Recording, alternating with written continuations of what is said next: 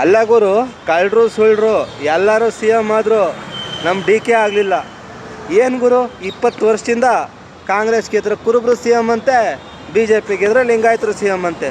ನಾವೆಲ್ಲ ಗೌಡ್ರು ದನ ಕಾಯ್ಕೋಬೇಕಂದ್ರೆ 2018ರಲ್ಲಿ ಬಿ ಜೆ ಪಿ ಗೊತ್ತಾಯಿತು. ಬಿ ಜೆ ಪಿಲಿ ಯಡಿಯೂರಪ್ಪ ಬಿಟ್ಟರು ಬೊಮ್ಮಾಯಿ ಅಂತೆ, ಬರೀ ಲಿಂಗಾಯತರು ಸಿ ಎಮ್ ಮಾಡಿದರು. ಅದೇ ಕಾರಣಕ್ಕೆ ಬೇಜಾರಾಗಿ ಡಿ ಕೆ ಅಂತ ಕಾಂಗ್ರೆಸ್ಸಿಗೆ ಗೊತ್ತಾಯಿತು. 136 ಗೆದ್ದರು, ಏನೂ ಪ್ರಯೋಜನ ಇಲ್ಲ. ಮತ್ತು ಕುರುಬರು ಸಿ ಎಮ್ ಮಾಡ್ತಾರೆ. ಕಿತ್ತೂರು ಕರ್ನಾಟಕ ಜನಸಂಖ್ಯೆ ಅವರು, ಮೈಸೂರು ಕರ್ನಾಟಕದಲ್ಲಿರೋ ಗೌಡ್ರ ಜನಸಂಖ್ಯೆ.